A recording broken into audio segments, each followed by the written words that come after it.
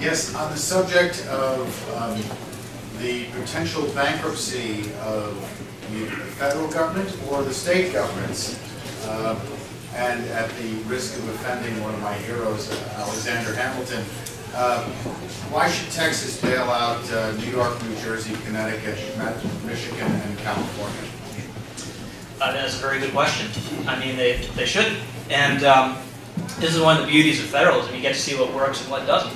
And what Sacramento did to California, Albany is now doing to New York, and Washington wants to do to the country.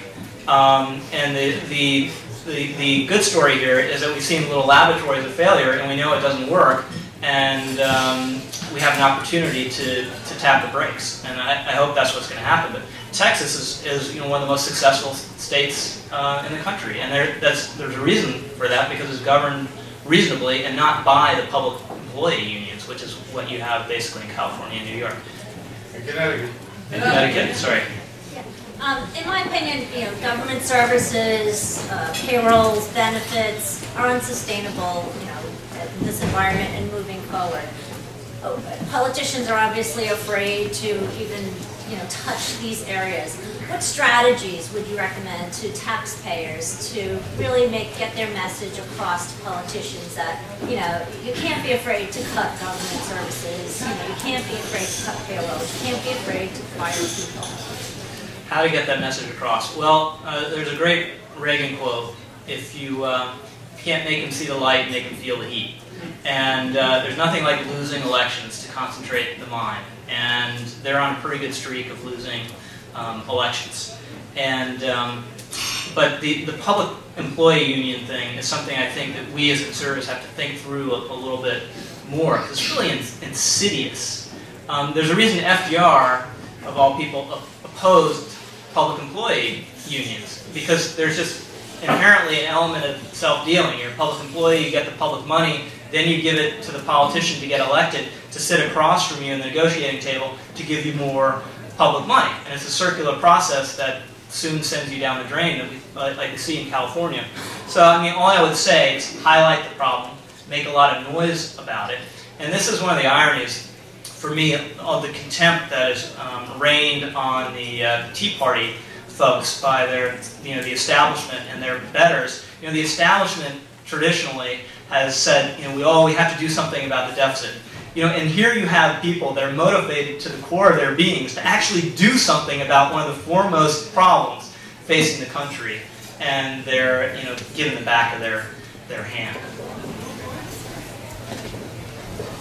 Yes, ma'am. Thanks. It's kind of a related question. I was talking to someone yesterday who's active in Republican Party politics, and I asked him why he was supporting a particular candidate, expecting, in light of everything that's at stake. And, I mean, I didn't use that phrase, in light of everything that's at stake. And the answer I got kind of blew me away. Was this, as a congressman, he'll really bring home federal dollars to the district. And I was kind of shocked. I'm interested. Do you think the Republican Party gets it yet? No, probably not. I mean, I think some of them do. And I think, again, talking about making them feel the heat, what's happened in Nebraska is hugely important, because Ben Nelson brought home $100 billion worth of bacon, and it killed him, because it was so obviously self-interested, so obviously kind of old school politics in the worst form, and just people aren't in the mood for that.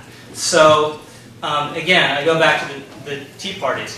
When you have an establishment, it's going to get encrusted. Old attitudes are going to endure unless you really rattle their chains a little bit. And that's what I like. That's why I like so much what the Tea Party folks are doing.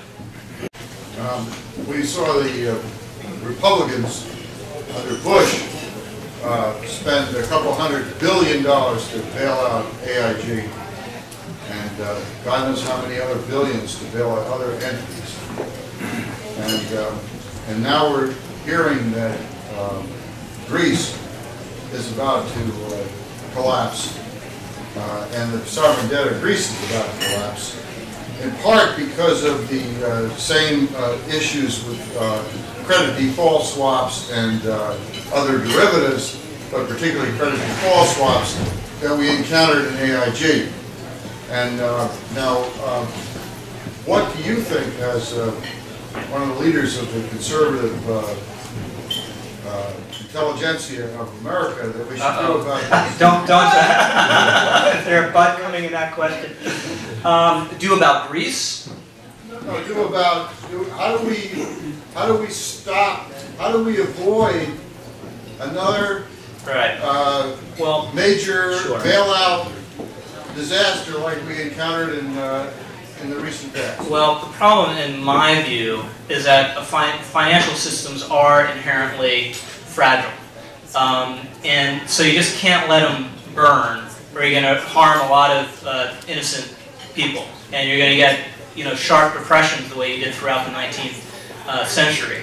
So my preferred policy would be to have some sort of process where you take kind of an FDIC-style process for these institutions that are quote-unquote too big to fail, where you come in, you take them over, you stabilize them, and then you liquidate them, and you make everyone who invested in them take a bath.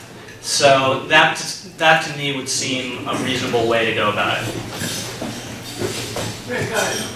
The one chance I had to talk to Bill Buckley after reading NR for so many years, you guys really had a thing about Lowell Weicker. I mean, he was not on my top 10 list of great politicians or anything, but boy, Bill Buckley seemed to have a thing about Weicker out of all proportion. Now, do you have any sense of where that came from, or what the sense of Weicker was? Maybe because he was a liberal horse's ass.